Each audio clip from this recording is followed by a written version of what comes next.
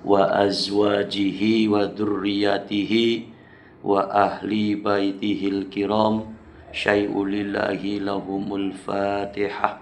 A'udzu billahi minasy syaithanir rajim.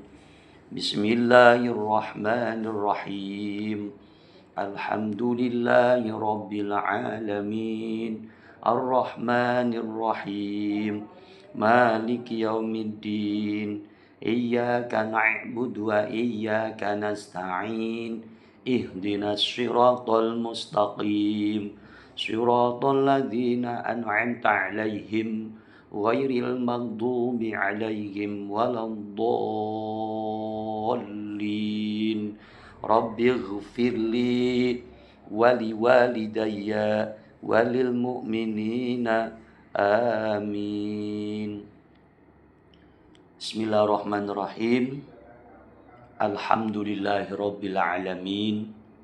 Wassalatu wassalamu ala asrofil anbiya wal mursalin sayyidina wa maulana Muhammadin wa ala alihi wa sahbihi ajma'in, amma ba'd.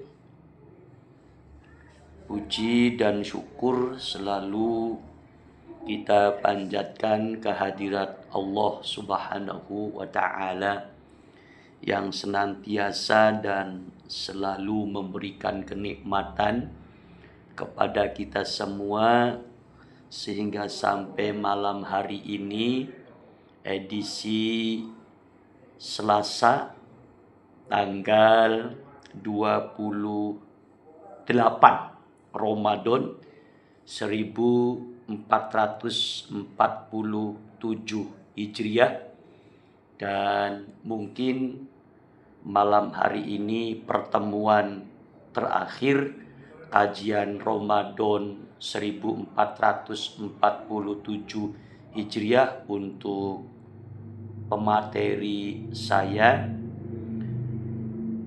Sholawat dan salam semoga tercurahkan kepada panutan alam, junjungan kita semua, Nabi akhir zaman, Nabi Muhammad sallallahu alaihi wasallam, kepada keluarganya, sahabatnya, pengikutnya, serta orang-orang yang beriman sepanjang zaman. Tidak ada daya upaya untuk menjauhi dosa dan maksiat, tidak ada daya kekuatan untuk melakukan taat dan bakti kepada Allah kecuali semata-mata karena pertolongan dari Allah Subhanahu wa ta'ala. Kesempurnaan, kemuliaan mutlak, keagungan Allah, semoga kita semua senantiasa dan selalu dalam bimbingan serta ridhonya Allah. Amin ya rabbal alamin.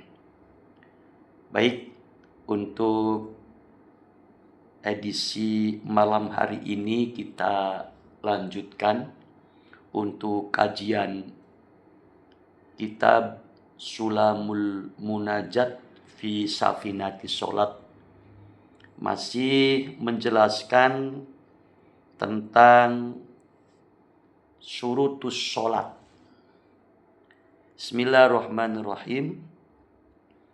Asyartus salis, adapun syarat sholat yang ketiga adalah dukhulul waqti, masuk waktu sholat. Batinan ma'a ma'rifatihi, betul-betul mengetahui dan memahami waktu yang sudah ditentukan. Inna sholata kanat alal mu'minina kitabam mauquta. Sholat yang kita lakukan mauquta, sudah barang tentu sudah di waktu-waktu. Oleh karenanya ketika kita mau sholat, maka syaratnya harus paham dan mengerti waduhulul wakti, masuknya waktu sholat. Mohon maaf, misalkan ada orang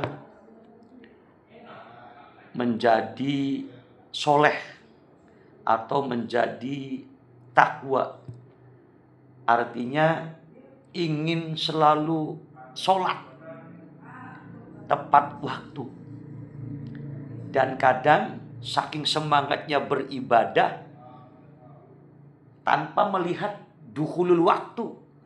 Misal zuhur jam 12 lebih 5 menit. Hati yang semangat untuk melakukan sholat sebelum waktu jam 12 lebih 5 menit sudah melakukan sholat zuhur misal. Ini yang tidak dibenarkan oleh syariat. Oleh karenanya syarat sholat yang ketiga adalah dukhulul wakti, masuk waktu sholat. Wa'lam anna kulla ibadatin tutawaqqafu ala niyatin la yasihu fi'luha illa ba'da ma'rifati dukhuli waqtiha walau donan bil ijtihadi. Ketahuilah bahwa sesungguhnya anakulla ibadatin, setiap ibadah itu tutawaqafu, sudah barang tentu akan dipusatkan ala niyatin, atas niatnya. La yasihu fi'luha illa ba'da ma'rifati dukhuli waktiha, tidak sah mengerjakan ibadah kecuali setelah mengetahui waktu masuknya ibadah tersebut. Setiap ibadah harus niat, dan setiap ibadah tutawaqafu ala waktiha, ada waktunya masing-masing. Begitu juga sholat. Minal maghrib, isya, subuh, zuhur, asar, tutawaqafu ala waktiha. Itu sudah mempunyai waktunya masing-masing. Oleh karenanya kita semua harus paham dan mengerti betul tentang dukhulil waktu sholat, masuknya waktu sholat. Wa huwa zawalu samsi liduhri. Yang pertama, kita harus memahami zawalu samsi, bergesernya matahari. Ketika matahari bergeser, zawal dari istiwa, maka disitulah awal daripada waktu sholat zuhur. Wa bulugu dili kulli syai'in mislahu zaidan ala dil istiwa lil asri.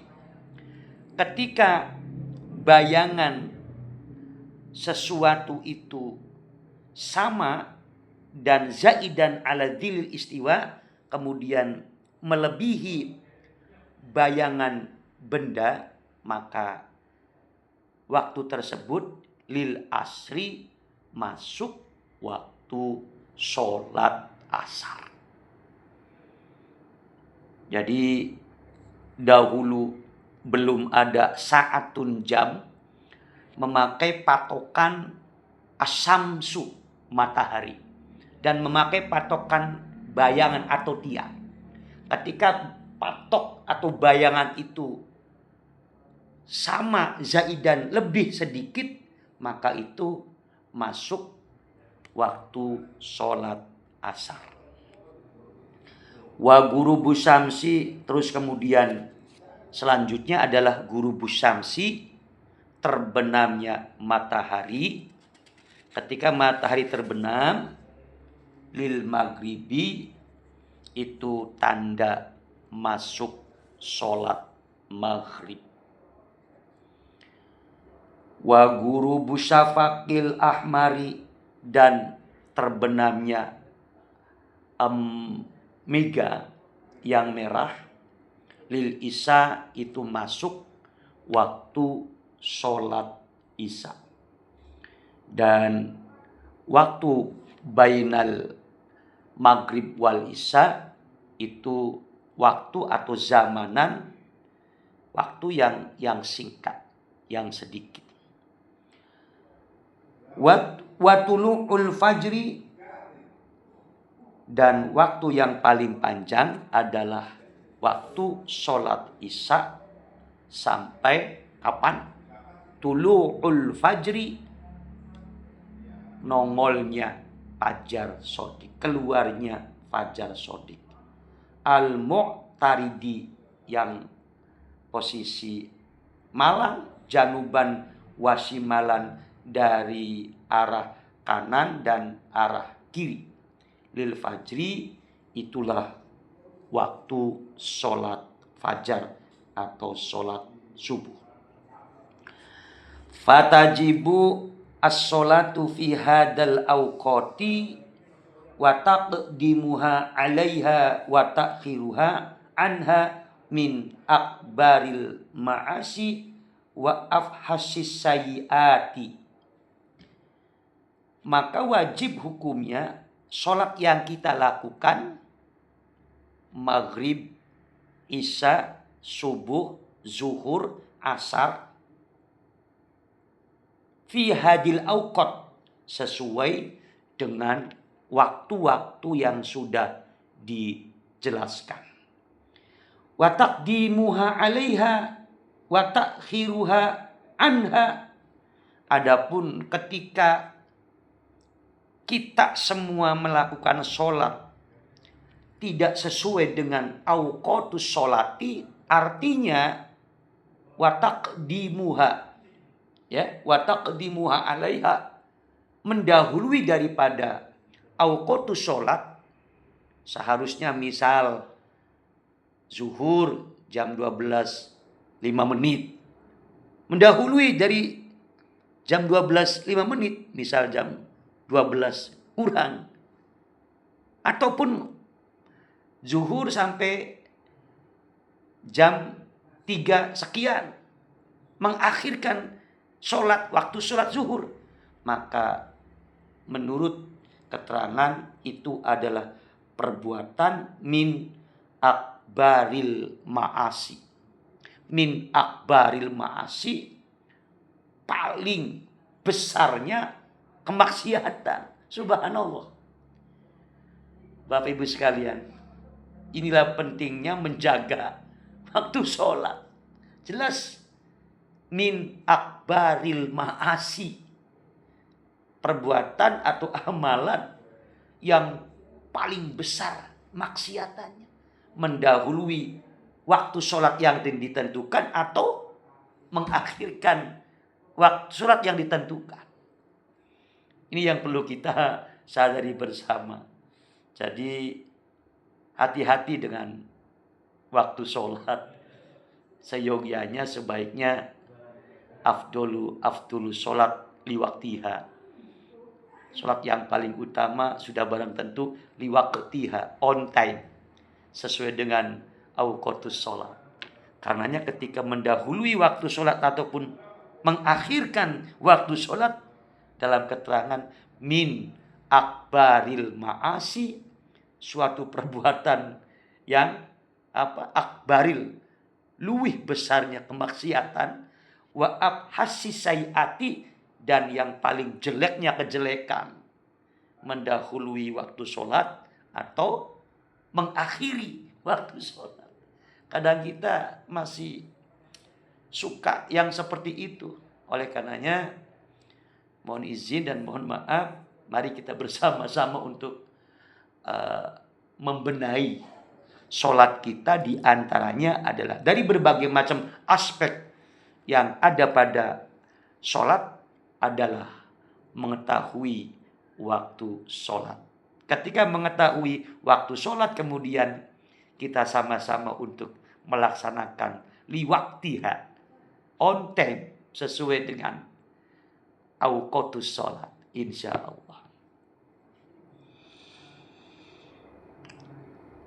Ar-rabi'u satruma baina surratir rajuli wa rukbataihi wa jami'i badanil mar'ati ila wajhaha wa kafaiha wa yajibu 'alaiha satru juz'in min jawani bil wajhi wal kafaini wa 'ala rajuli satu juz'in min suratihi wa ma hadaha wa jawani bi rukbatihi wa 'alaihima.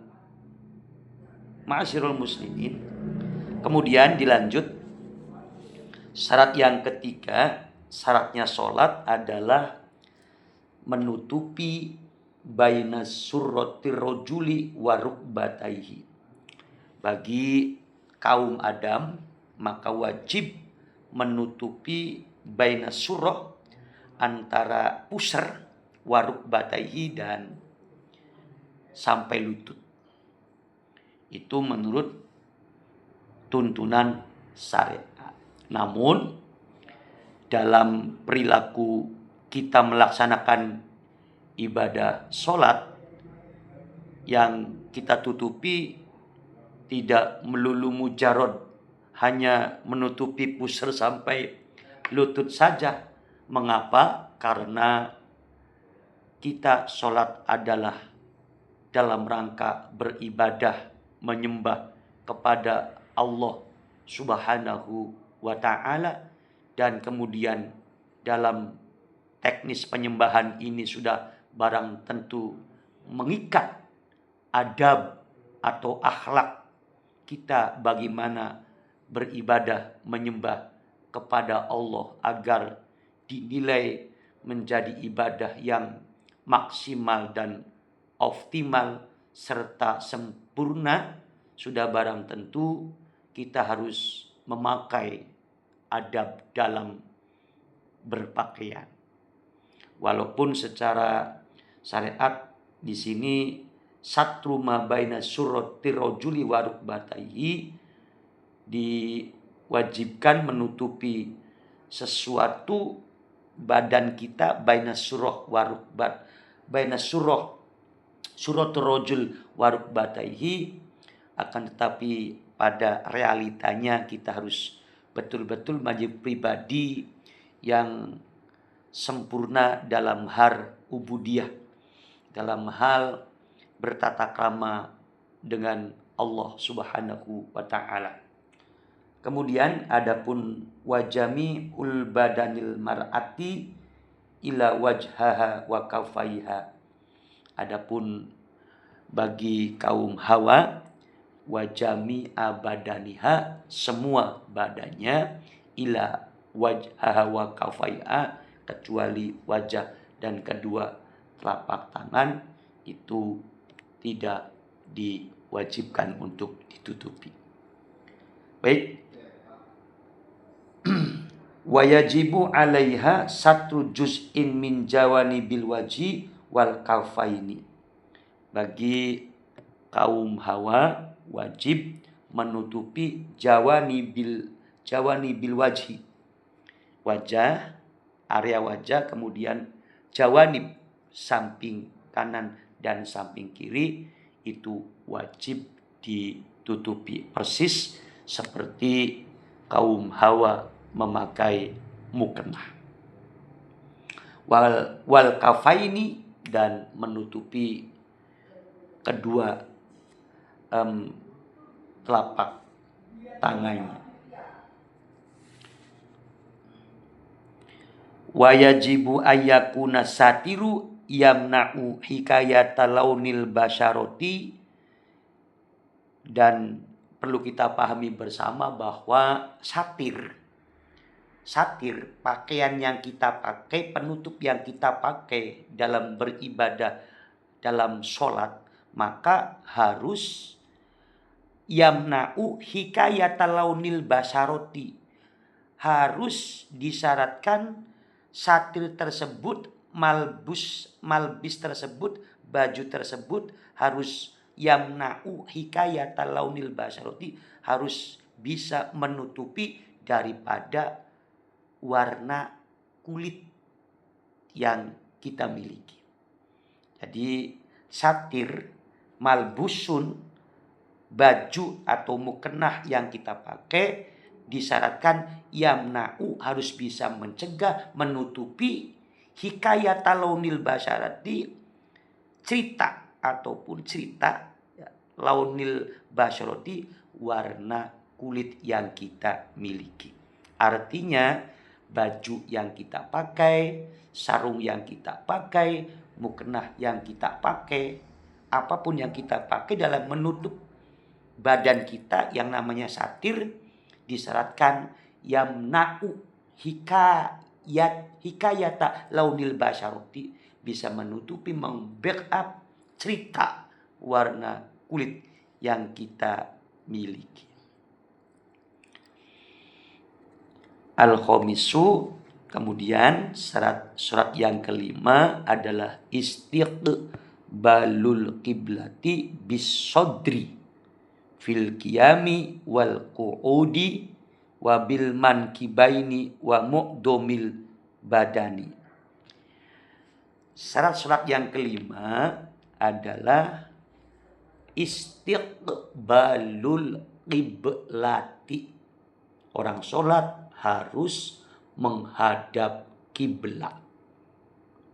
Oleh karenanya, sebelum kita melaksanakan sholat, apalagi di tempat-tempat yang belum jelas arah kiblatnya, misal di tengah sawah, di tengah arah-arah di hutan belantara, tidak ditemukan musola atau masjid, tempat ibadah, maka sudah barang tentu kita sebagai muslim yang mau melaksanakan sholat harus beristihad, harus betul-betul mencari di mana arah kiblat.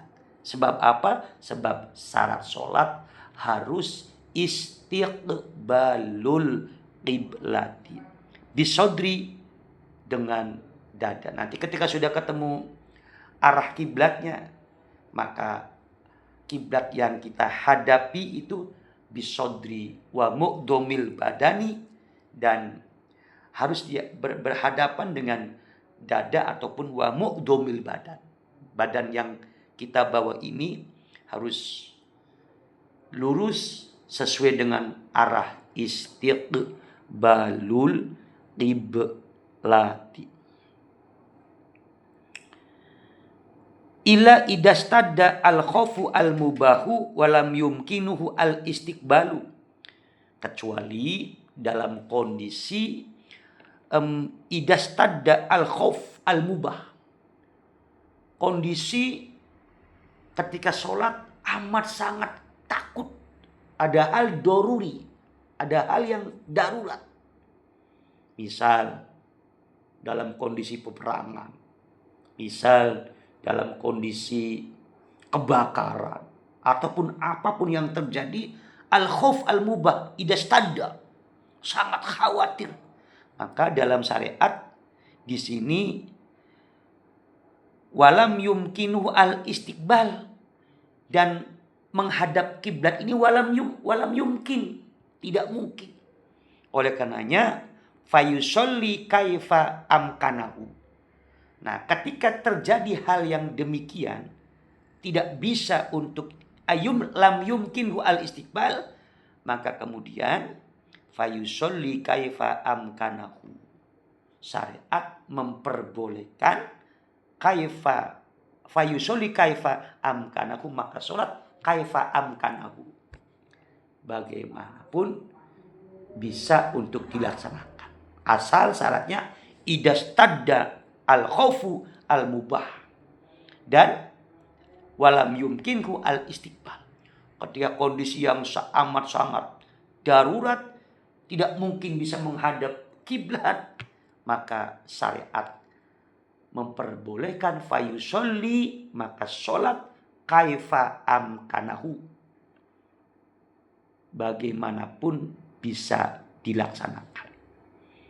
Tapi ini dalam kondisi darurat.